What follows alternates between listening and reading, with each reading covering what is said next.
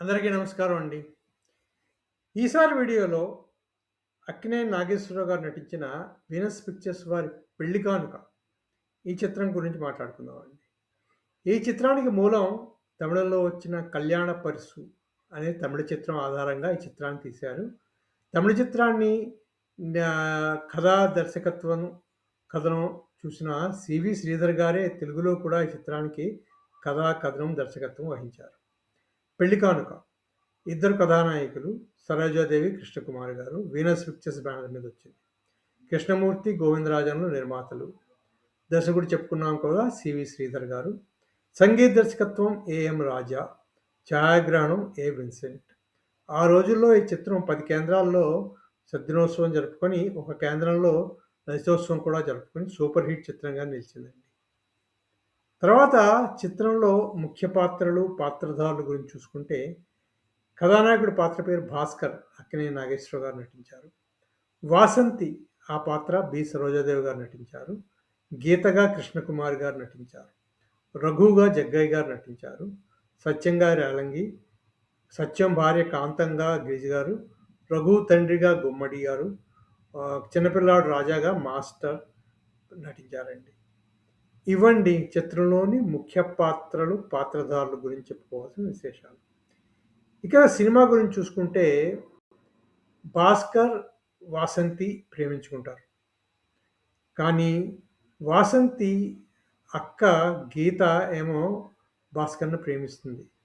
అది తెలిసిన వాసంతి తన ప్రేమను త్యాగం చేసి భాస్కర్, గీతలకి పెళ్లి జరిపిస్తుందనమాట.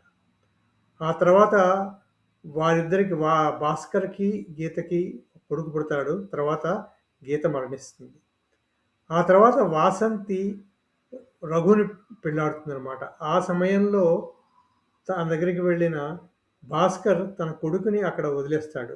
వాసంతి పెళ్లిలో వా వాసంతి రఘుల పెళ్లిలో తన కొడుకుని అక్కడ వదిలేసి అతను అస్తమిస్తున్న సూర్యుడిలోకి వెళ్ళిపోతున్నట్టు చూపిస్తారనమాట దర్శకుడు.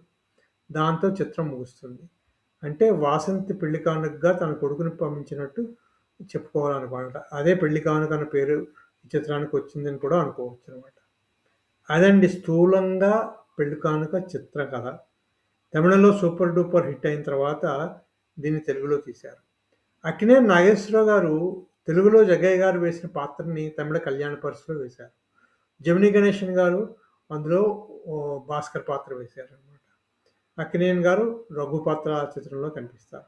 తర్వాత దాన్నే తెలుగులో తీసినప్పుడు అక్కినేని నాగేశ్వరరావు గారు ముఖ్య పాత్ర, రఘు పాత్రకి జగ్గయ్య గారిని తీసుకున్నారనమాట.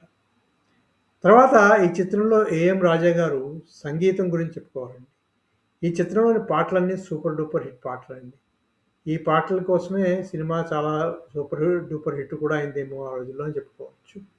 ముఖ్యంగా అక్కినేని నాగేశ్వరరావు గారికి, సరోజాదేవి గారి మీద తీసిన 2 డ్యూయెట్స్ ఉంటాయి. చాలా చాలా బాగుంటాయి.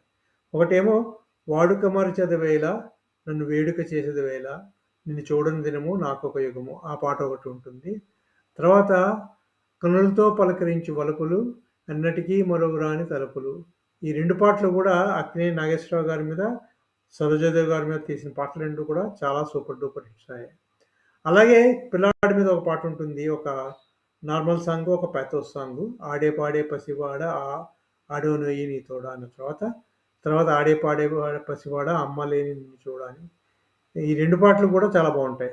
అలాగే సినిమాలో పాటలు మిగిలినవి కూడా బావుంటాయి. 'తీరెనుగా నేటితో నీ తీయని గాథ', అదే 'పులకించని మది పులకించు వినిపించని కథ వినిపించు' మిగిలిన పాటలు ఇవన్నీ కూడా చాలా బాగున్నాయండి. అన్ని పాటలు కూడా ఏఎం రాజా గారు, పి సుశీల గారు పాడారు ముఖ్యంగాను పాటలన్నీ కూడా. ఒక్క పాట జిక్కి గారు పాడారు. 'పులకించని మది పులకించు' మటుకు జిక్కి గారు పాడారు. అవండి చిత్రంలోని పాటల విశేషాల గురించి చూసుకుంటే. అలా 'పెళ్లి కానుక' సినిమా తమిళంలోంచి తెలుగులోకి తీసిన 'పెళ్లి కానుక' సినిమా సూపర్ డూపర్ హిట్ అయింది తెలుగులో. అలాగే రేలంగి గారి, గిరిజ గారి ట్రాక్ కూడా ఈ సినిమాలో చాలా బాగుంటుంది. అవండి వీనస్ పిక్చర్స్ వారి అక్కినేని నాగేశ్వరరావు గారికి రజతోత్సవ చిత్రంగా నిలిచిన 'పెళ్లి కానుక' చిత్ర విశేషాలు.